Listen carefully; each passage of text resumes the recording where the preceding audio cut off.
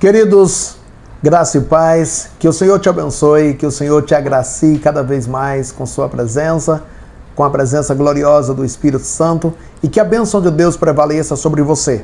Nós queremos aqui encerrar essa série, nesse primeiro momento, sobre as 7 cartas, ou seja, as 7 igrejas lá do Apocalipse. Essa agora é a última igreja, a igreja de número 7, a igreja de Laodiceia. Essa igreja é exatamente aquela pós-arrebatamento. É a igreja da grande tribulação.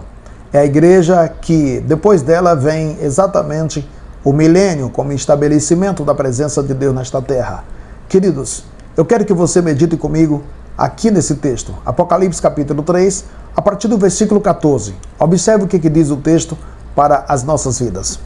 Diz assim: escreve ao anjo da igreja que está em Laodiceia, diz o Amém, a testemunha fiel e verdadeira, o princípio da criação de Deus.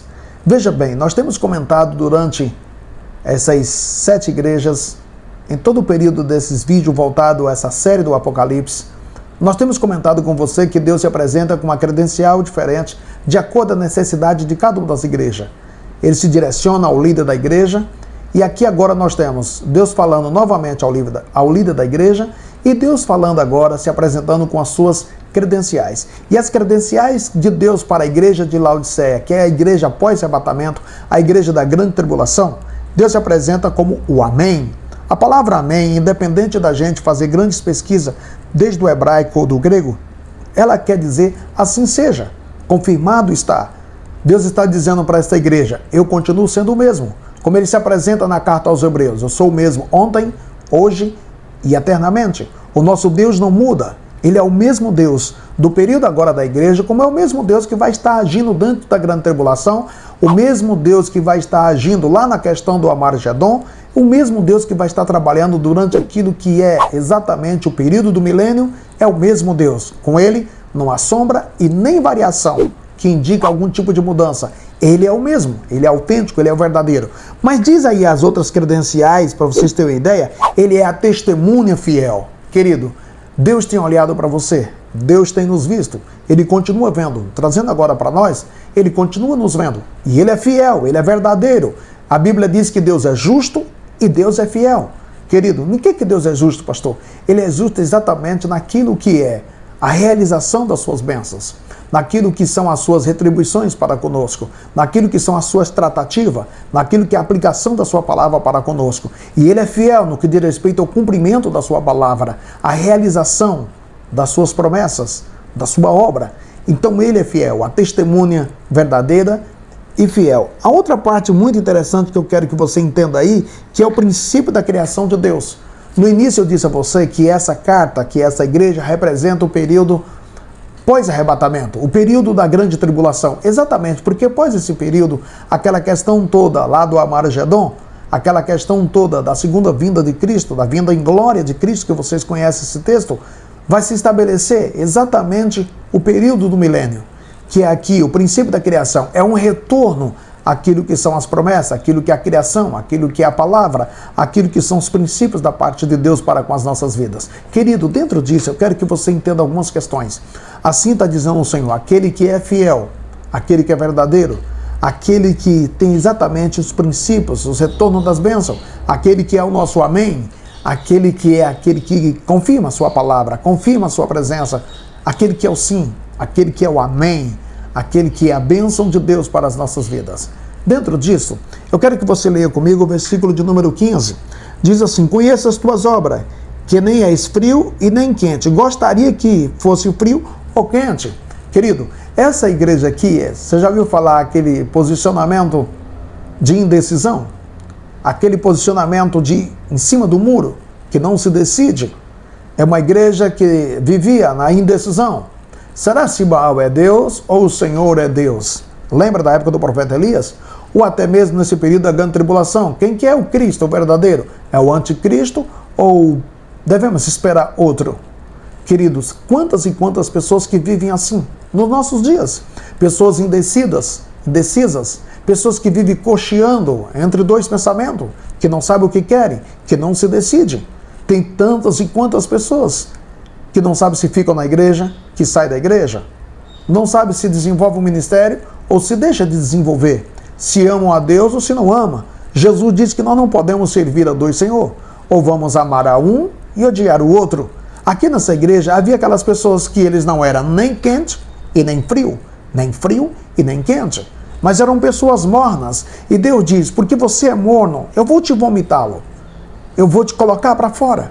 Queridos, uma pessoa morna é como se fosse uma pedra de tropeço. É mais ou menos aquela pessoa que nem faz, mas critica alguém quando faz. É aquelas pessoas que não são instrumento de bênção, mas quando alguém vai lá e abençoa, elas ficam criticando aqueles que abençoam. É mais ou menos quando se precisa de alguém para resolver um problema, e quem sabe não resolve, mas de repente uma pessoa que muitas das vezes não sabe, mas se predispõe a resolver, e quando ela vai lá realizar, aquele que sabia que não foi, vai te criticar o que foi. Querido, ou você é uma coisa e não é, ou você acredita naquilo que é o céu ou não acredita. Ou você acredita realmente no poder de Cristo, ou não acredita. Ou você crê no arrebatamento, ou você não acredita. Ou você crê na volta do Senhor para as nossas vidas, ou você não acredita. Ou você crê na vida eterna, ou não acredita. Com Deus, ou você é 8 ou você é 80. Mas não dá para tentar ser as duas coisas. Não dá para viver cocheando entre dois pensamentos. Não dá para tentar agradar. Não dá para fazer as duas coisas. Você precisa se decidir. Você precisa se posicionar. Você precisa se colocar diante de Deus e tomar uma decisão correta daquilo que são a palavra e daquilo que são as promessas, a vontade de Deus para as nossas vidas. Veja bem, o versículo de número 17 diz assim: porque dizes rico, sou, enriqueci, de nada tenho falta. E não sabe você que você é um coitado, um miserável, um pobre, um cego e nu. Querido, olha só a situação dessa igreja. É uma igreja que se dizia que era rica, mas não era. Era uma igreja que se dizia que era uma bênção, mas não era. Deus revela para ela, Deus a desmascara. Deus joga por terra todas aquelas personas, tudo aquilo que era falso, tudo aquilo que era mentira. E Deus está dizendo, você não é rico, você é um pobre, você é um miserável, você é um cego, você está nu. Queridos, como está a sua vida diante de Deus? Como você acha que você está? Você é uma pessoa rica realmente de verdade ou não? Mas Deus diz para essa igreja aqui no versículo 18, para a gente estar encerrando essa parte que é tão tremendo: mas te aconselho que de mim compre ouros refinados no fogo, para que te enriqueça, e vestes branca para que vista, e não descubra a tua vergonha, e colírio para que unja os teus olhos, para que você possa ver. Querido, esse é o conselho de Deus para a minha vida, esse é o conselho de Deus para a sua vida. O conselho de Deus é que você realmente seja rico de verdade. Deus está dizendo, olha, eu vou te aconselhar. Você precisa de um ouro verdadeiro. O ouro representa a glória de Deus. O ouro representa a presença do Senhor. Você precisa da presença de Deus. Você precisa estar diante do Senhor. Você precisa se render ao Senhor. O que é grande diante de Deus não são aqueles que têm conquistas materiais, mas sim aqueles que se prostram, aqueles que se entregam, aqueles que se permitem trabalhar pelo Senhor, aqueles que são instrumento de Deus. E Deus está dizendo assim, ó, compra vestes brancas, queridos, ser santos. Não são aqueles que muitas das vezes praticam determinado tipo de ritual. Santos são aqueles que se dedicam, são aqueles que se empenham, aqueles que se entregam, aqueles que se permitem ser movidos e trabalhados pela presença do Espírito Santo. E a parte interessante aí também desse texto é que compre colírio para que venha ungir os seus olhos. Queridos, você precisa ter uma verdadeira visão. Mas olhe bem, a visão espiritual é aquela que você olha e consegue ver Deus. Mas antes de você olhar para o outro, você precisa olhar para si mesmo, para que você veja a sua situação, para que você veja o seu estado, para que você veja o seu estado de vida interior, para que você possa olhar diferente. Aqueles que têm bons olhos, que conseguem ver melhor a si mesmo, ele vai saber olhar para o outro. Deus está te aconselhando na noite de hoje para que você tenha a graça do Espírito Santo sobre a sua vida, para você ter uma visão melhor. Porque quando nós permitimos que a palavra de Deus penetre na nossa vida, tudo muda para a glória do Senhor. Amém? Queridos, eu quero orar por você, mas antes de orar, eu quero te fazer uma pergunta. O que você precisa fazer para se tornar rico verdadeiramente diante de Deus? Comente, faça aí seus comentários e que Deus possa te abençoar. Posso orar por você?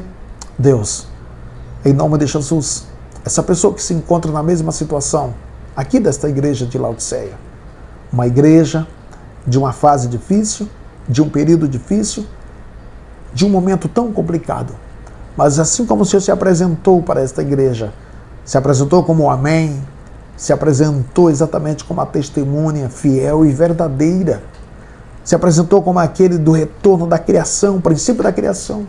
Pai, que a tua graça venha sobre esta pessoa, que o Senhor possa alcançá-lo, abençoando ele, a sua casa e a sua família de uma forma muito gloriosa em Cristo Jesus. Querido, Deus te abençoe. Se você ainda não é inscrito no nosso canal, se inscreva, curta nossos vídeos, faça comentário, compartilhe com seus amigos. Que Deus te abençoe cada vez mais em Cristo Jesus.